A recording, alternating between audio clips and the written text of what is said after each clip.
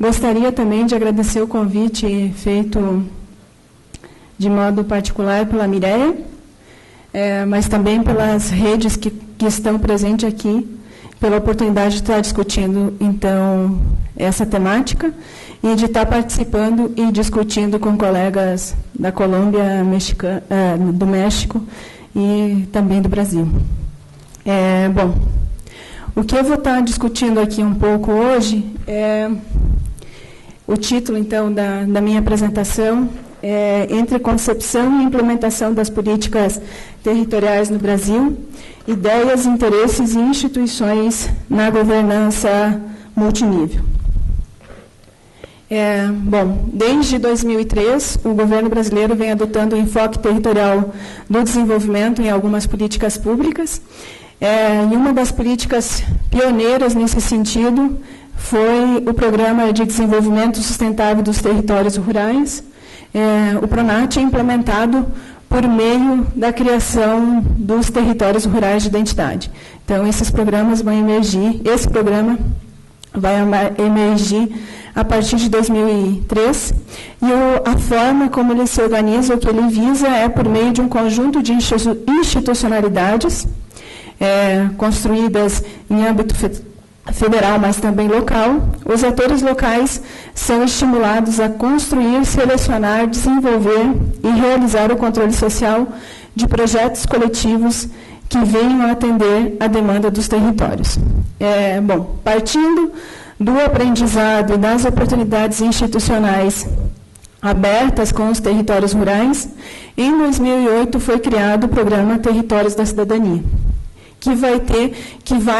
aproveitar, em grande medida, das institucionalidades já existentes, dos recortes territoriais já existentes, mas vai vir com uma nova cara, que o território torna-se um espaço privilegiado para a concentração e articulação de políticas públicas, visando modificar as condições do território. Aqui,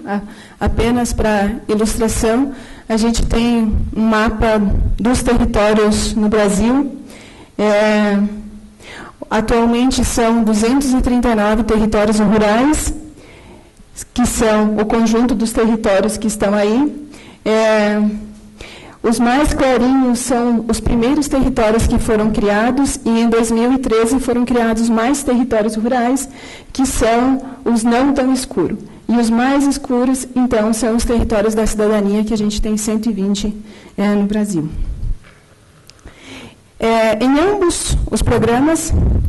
como destacam pesquisadores brasileiros, e aqui principalmente Sérgio Leite e Nelson Delgado, entre outros, pelo menos 3 dimensões podem ser identificadas no uso da abordagem territorial, sendo elas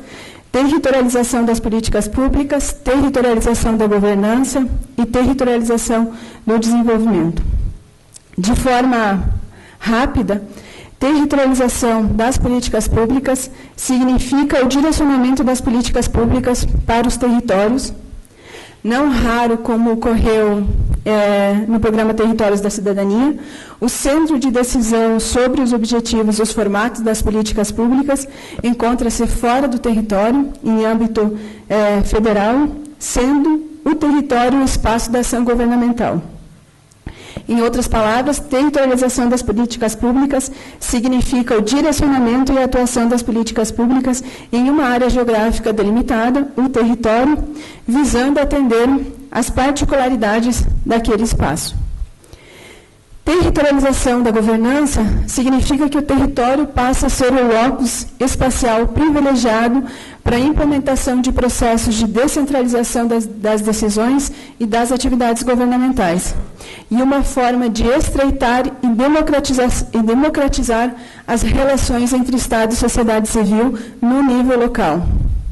Essa ideia de territorialização da governança vai ser resultado da reivindicação por participação social, que no Brasil vem de modo mais intenso desde a redemocratização do país em meados dos anos 80. E essa dimensão, então, vai enfatizar a criação de espaços públicos, notadamente os colegiados territoriais, e a autoridade conferida aos atores locais para pensar, planejar e agir sobre as suas realidades locais. Por fim, na territorialização do desenvolvimento, o foco central de análise é o tema do desenvolvimento, que passa a ser concebido em uma perspectiva territorial. O objetivo, então, é pensar projetos de desenvolvimento no território que promovam processos econômicos, sociais e políticos avaliados como importantes pela população, pelo conjunto dos atores presentes nos territórios. Passada mais de uma década, então, de experimentação nas políticas territoriais, o objetivo dessa apresentação é fazer uma reflexão sobre os desafios que permearam a implementação das políticas territoriais no Brasil. De modo mais claro, o objetivo dessa apresentação é abordar algumas expectativas e concepções presentes no momento da formulação das políticas públicas territoriais e o modo como essas concepções foram expressas nas realidades sociais durante a sua implementação. Então, é ver um pouco como essas políticas foram concebidas e, efetivamente, como que elas chegam nos territórios. Nessa reflexão, vou procurar colocar em diálogo algumas noções que perpassam ideias e interesses de instituições. Então, vou estar focalizando mais as ideias que levaram à emergência da política de desenvolvimento territorial no Brasil e o modo como essas ideias foram interpretadas nos contextos locais. Também pretendo considerar aqui os diferentes interesses em participar e construir a política territorial e as instituições que ofereceram resistência para que as inovações trazidas pela própria política territorial, pela própria abordagem, pudessem se materializar em realidades sociais, nas realidades sociais específicas. Então, como as instituições, na verdade, elas oferecem algumas resistências.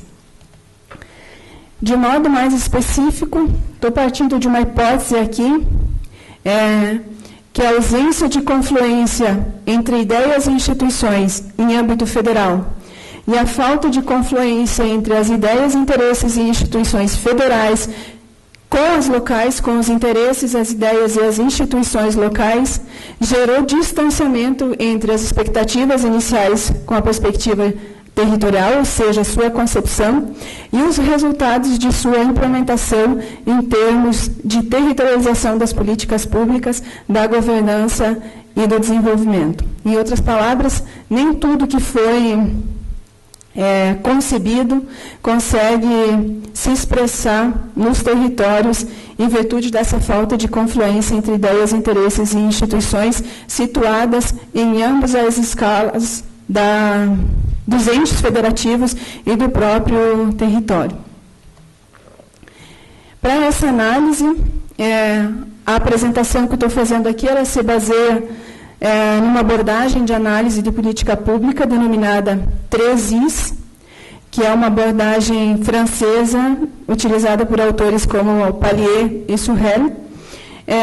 que vai contemplar, então, os interesses, as instituições e as ideias que estão em jogo. Diferentemente de seguir abordagens de maneiras mais específicas, a gente poderia seguir mais abordagem cognitiva, ou mais abordagem neo-institucionalista, ou abordagem mais da escolha racional. Essa abordagem ela tenta fazer uma mescla que compreende que as políticas públicas elas são resultado justamente dessa mistura entre ideias, interesses e instituições. De forma simplificada, então, analisar as políticas públicas a partir das ideias significa atentar-se para as crenças e representações sociais construídas pelos atores sociais na construção da sua relação com o mundo e no tratamento dos problemas públicos. Na verdade, crenças, conhecimentos partilhados e interpretações sobre o mundo são a base cognitiva a partir dos quais os problemas sociais e políticos são apreendidos, são interpretados e as soluções para resolvê-los são desenhadas. No caso aqui, vou estar focalizando mais, focalizar as ideias, vou estar centrando atenção para as diferentes interpretações que auxiliaram a produzir a ideia do desenvolvimento territorial e sobre a própria compreensão do enfoque territorial nos territórios e nas diferentes escalas. Uma leitura das políticas públicas a partir da lente das instituições consiste em interrogar-se sobre a influência das regras e das normas formais e informais no comportamento dos atores públicos e privados. Interessa aqui, de modo mais particular, saber as possibilidades institucionais abertas com as políticas territoriais, então as novas regras que foram criadas, que vão oferecer oportunidade para a participação social e para a mudança social, mas também como instituições já estabelecidas constrangeram as inovações criadas pela própria abordagem. Analisar as políticas públicas a partir dos interesses significa, então, analisar os atores que estiveram envolvidos nesse processo, as lógicas da ação coletiva, os cálculos e as estratégias desenvolvidos pelos atores em função dos custos e dos benefícios esperados pela ação, e as consequências das antecipações feitas pelos indivíduos e pelas organizações envolvidas na ação pública. Aqui nos interessa particularmente compreender o que leva os atores a participarem das políticas territoriais. Por que as prefeituras participam das políticas territoriais? Por que as organizações sociais participam dos colegiados e desses territórios? E também um pouco de como que esses atores, que estratégias eles utilizam na repartição dos recursos públicos, as estratégias que eles lançam para acessar esses recursos públicos.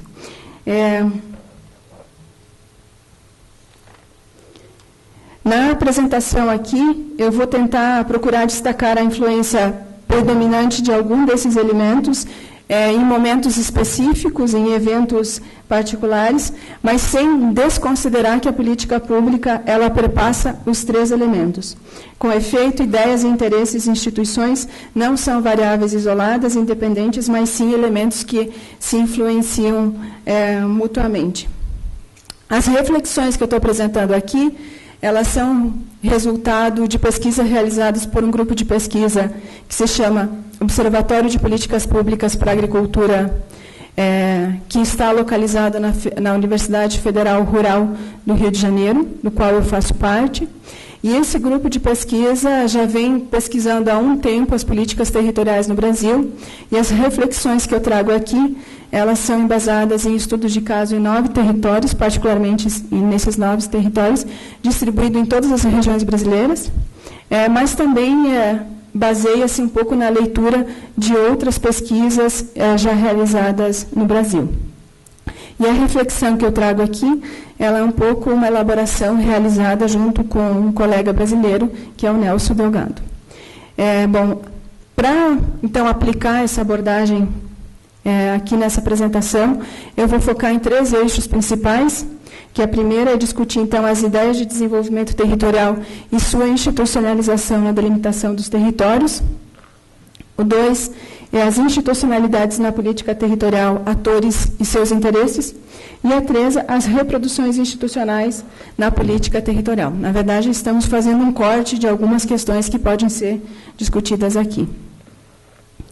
Então, as ideias de desenvolvimento territorial e sua institucionalização nos territórios.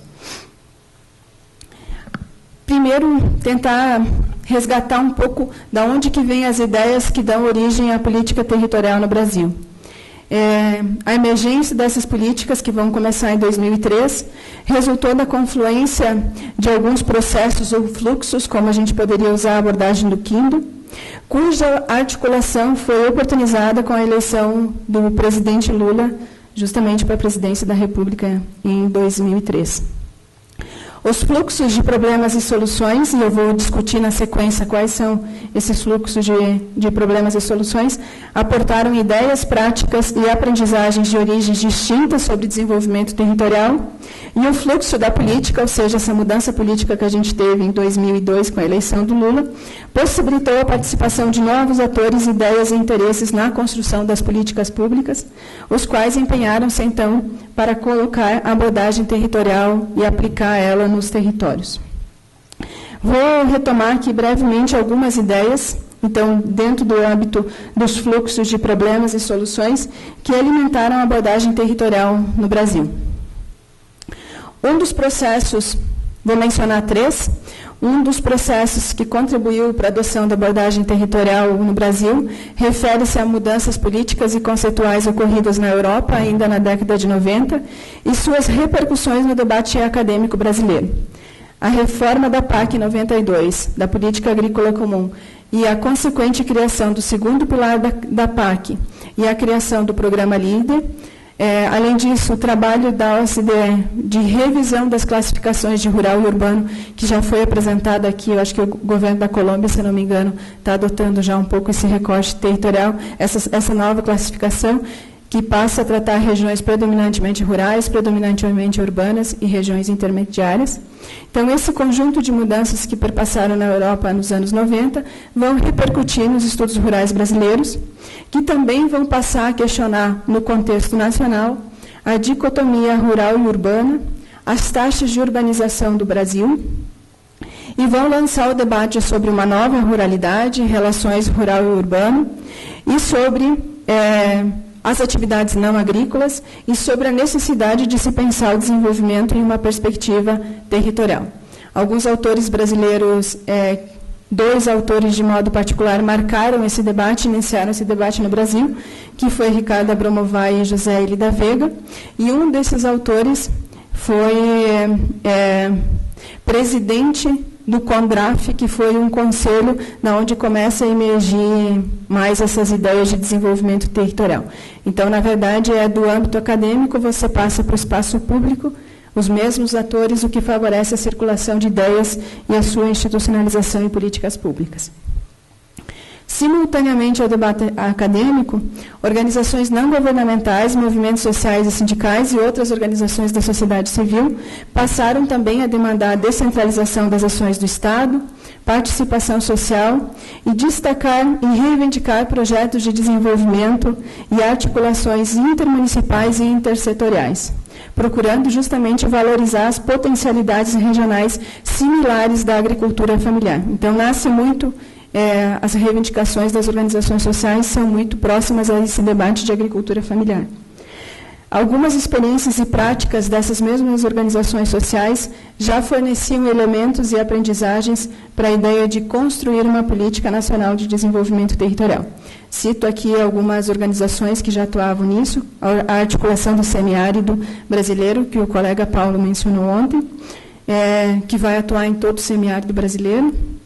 a Sociene, que é uma ONG que vai atuar sobre cooperativismo em vários municípios da região Nordeste, e os polos sindicais, que também é a organização sindical em mais de um município, em um conjunto de municípios. Também cabe destacar que um representante de uma organização social dessas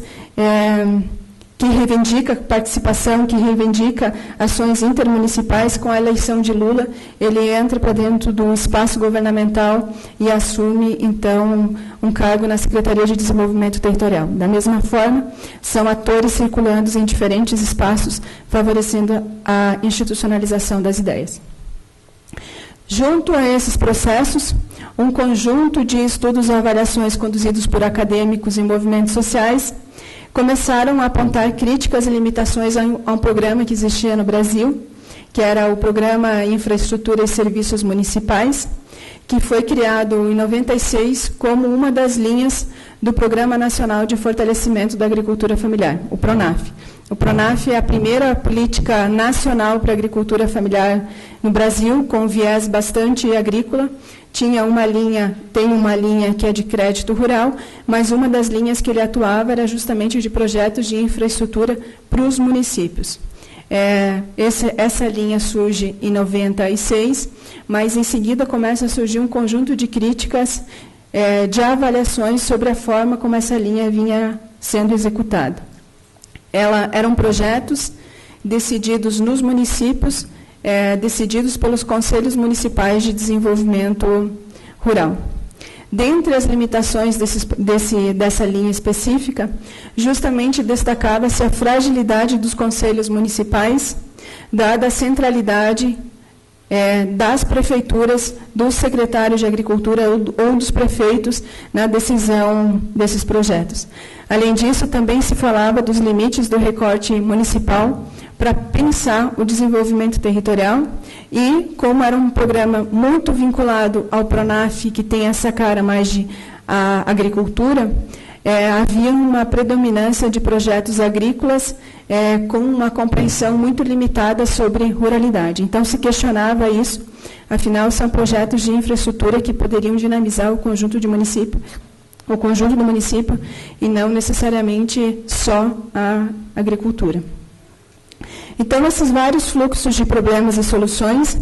e a mudança ocorrida em 2002 culminou na criação da política territorial, reunindo ideias que enfatizavam justamente a territorialização das políticas públicas, da governança e do desenvolvimento. Visando facilitar esses processos, a delimitação dos territórios procurou agregar municípios com características socioeconômicas, produtivas, ambientais e culturais semelhantes, conferindo, então, uma certa identidade a esse espaço e os atores presentes nesse espaço, oportunizando a construção de projetos territoriais e ações de governança. No entanto, essa delimitação territorial inicial, não raro, teve que considerar os interesses, as institucionalidades já estabelecidas e os recortes, as institucionalidades dos governos estaduais, por exemplo, e os recortes pré-estabelecidos por certas organizações sociais, sendo, então, essa delimitação o resultado de intensas negociações políticas que corroboraram ou fragilizaram a identidade territorial projetada inicialmente pela política pública. Por exemplo, num território que é meio oeste contestado, que fica no estado de Santa Catarina, no sul do Brasil, o recorte inicial proposto teve que ser ampliado para incorporar institucionalidades já criadas pelo governo estadual, outros recortes já criados pelo governo estadual, bem como interesses de municípios específicos que queriam fazer parte do território porque sabiam que isso significava acesso a recurso público, ou até mesmo interesses de movimentos sindicais em ter toda a sua base presente no território. Então, dessa configuração de território inicial, teve que ser ajustada. Com a criação do programa Territórios da Cidadania em 2008, os interesses por recursos públicos vão se tornar ainda mais intensos, porque o Territórios da Cidadania vai ser um programa, vai ganhar bastante força no início do segundo mandato do governo Lula, então vai ter esse maior interesse por recursos públicos e uma pressão das prefeituras para fazer parte dos territórios. E fruto da criação desse programa, então, da pressão das prefeituras, vários territórios sofreram modificações na sua delimitação inicial, com a inclusão de novos municípios, não raro com características políticas e culturais distintas do grupo que já estava antes. Além da intensificação dos recursos, da disputa por recursos públicos, que já era expressiva entre os municípios, a inclusão de novos municípios, muitos deles sem a bagagem territorial que já vinha sendo discutida desde 2003, tendeu a fragilizar a coesão social e a identidade territorial e dificultar a governança e a territorialização do desenvolvimento em função dessa inclusão de novos municípios. Por exemplo, no território Sertão Ocidental, que fica no estado de Sergipe, no Nordeste brasileiro, com a criação do programa Territórios da Cidadania, foi incluído mais um conjunto de municípios que tem uma identidade produtiva e cultural bem distinta do grupo que estava antes. Isso implica que, quando que o território pensa desenvolvimento, geralmente se apresentam 2 projetos territoriais para tentar contemplar as identidades presentes. Um outro caso é o território sudoeste paraense, no Pará, na região norte do Brasil,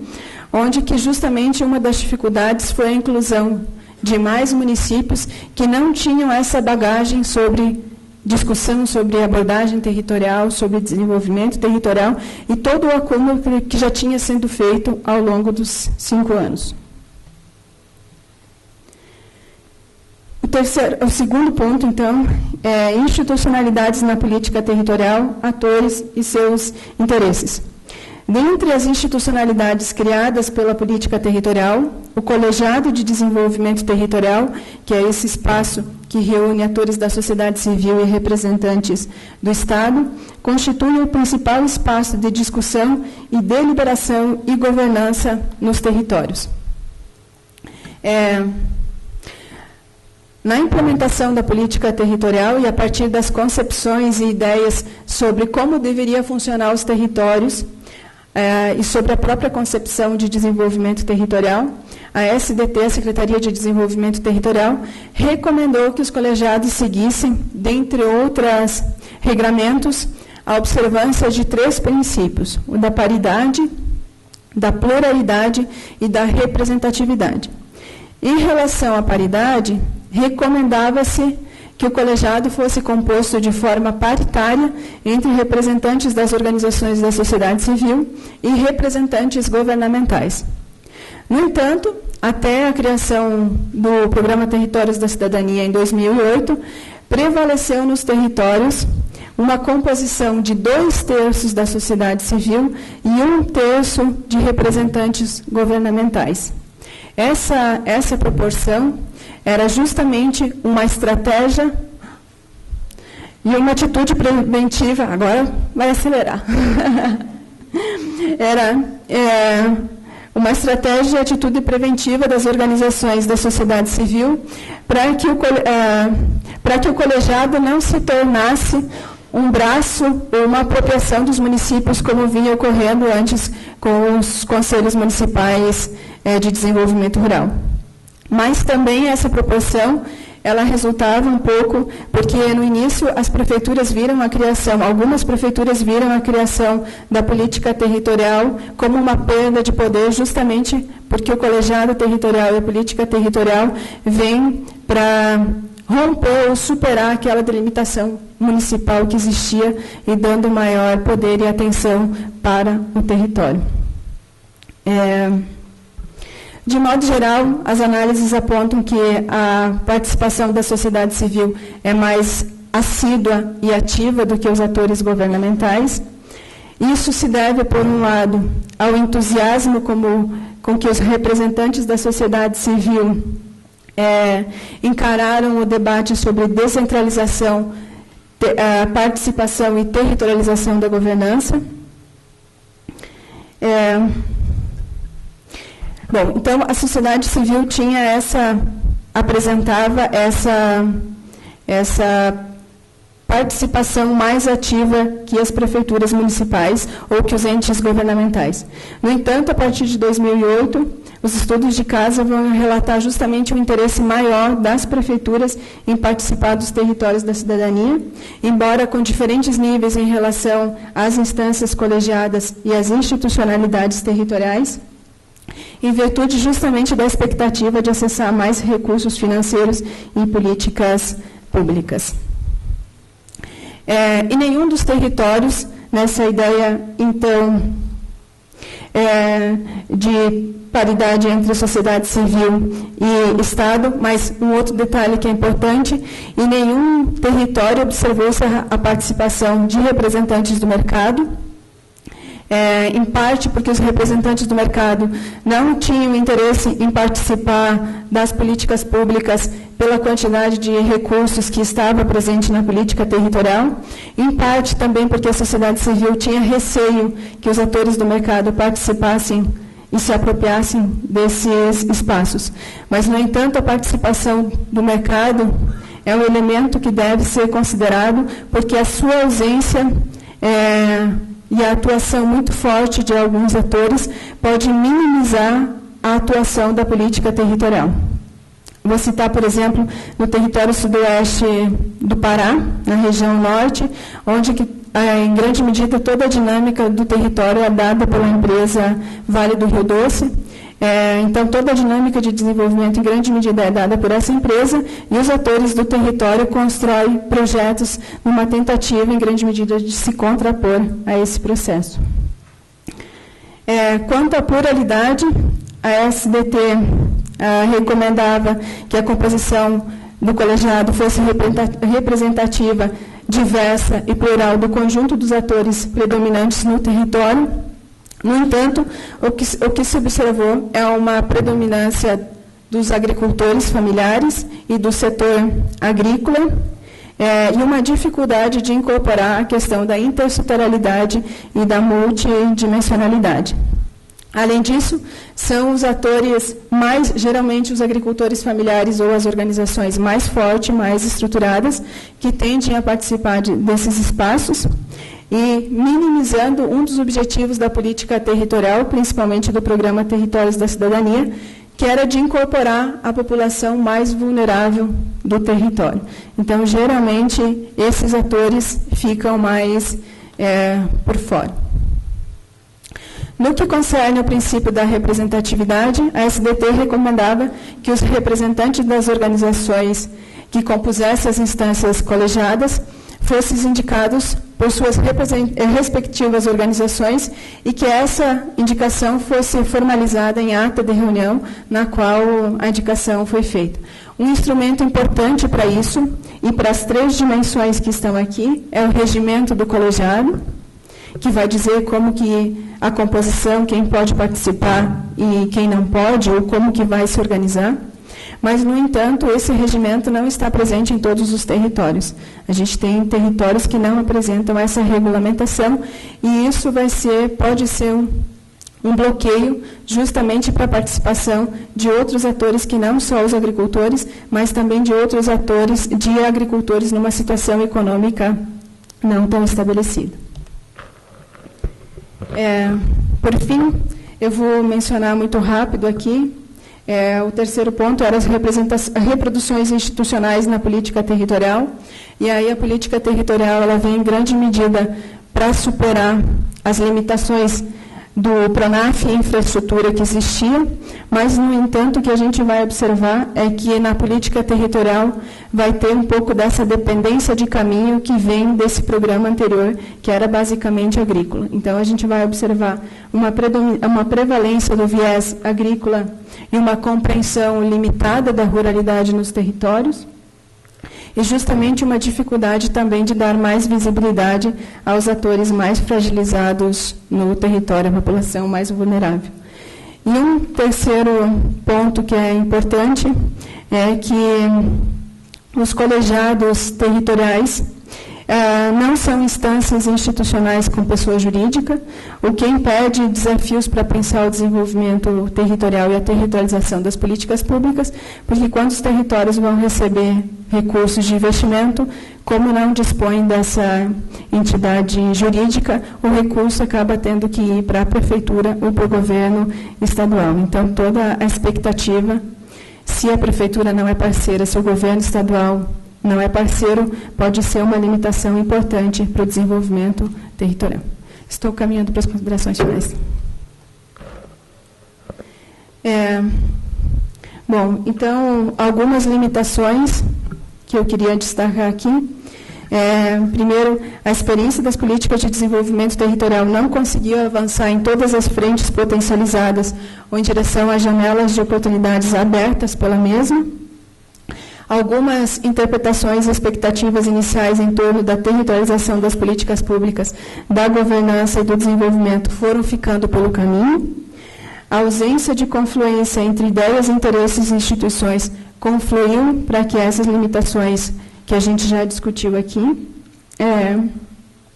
E nessa trajetória, ideias e expectativas em torno da abordagem territorial presentes na concepção da política territorial encontraram dificuldades de correspondência com as ideias e expectativas de atores e grupos sociais com seus interesses e instituições estabelecidas, as quais ofereceram resistências e, em alguns casos, bloquearam as inovações sinalizadas. Em alguns territórios, os atores locais desconheciam os elementos que levaram à emergência da política territorial no Brasil, e mesmo assim reivindicaram participação nesta em virtude principalmente de interesses instrumentais, acesso aos recursos públicos. A incorporação oportunista de alguns municípios distantes das características territoriais e a participação de determinados municípios e atores no recorte territorial, mas com pouca frequência nas institucionalidades territoriais ou apenas em reuniões que discutiam a distribuição de recursos, ilustram a falta de confluência entre diferentes interpretações sobre a abordagem territorial e entre ideias e interesses. Em outras situações, as inovações potencializadas pela abordagem territorial encontraram bloqueios que limitaram a territorialização da governança e do desenvolvimento, como é o caso da ausência de um marco jurídico para os territórios, que reforçou as amarras da política territorial aos recortes municipais tradicionais e ao poder da gestão municipal. Isso significa que talvez seja próprio das políticas públicas ou inerente das políticas públicas essa distância entre a concepção e a implementação, mas o desafio consiste que as políticas apresentem essa coerência entre ideias e interesses de instituições em âmbito federal, mas que também se construam estratégias de diálogo e capacitação para a tradução desses elementos, ideias e interesses de instituições nos espaços locais, mas que também o governo federal esteja atento para considerar essas reinterpretações que emergem no espaço local e considerar e rever, então, a política nacional. Pode ter parecido aqui que a política territorial só tem limitações, mas tem várias contribuições que eu vou deixar, que eu acho que o meu colega Márcio vai mencionar, em função do tempo eu não vou mencionar, mas eu posso mencionar no debate depois. Obrigada. Desculpa o tempo.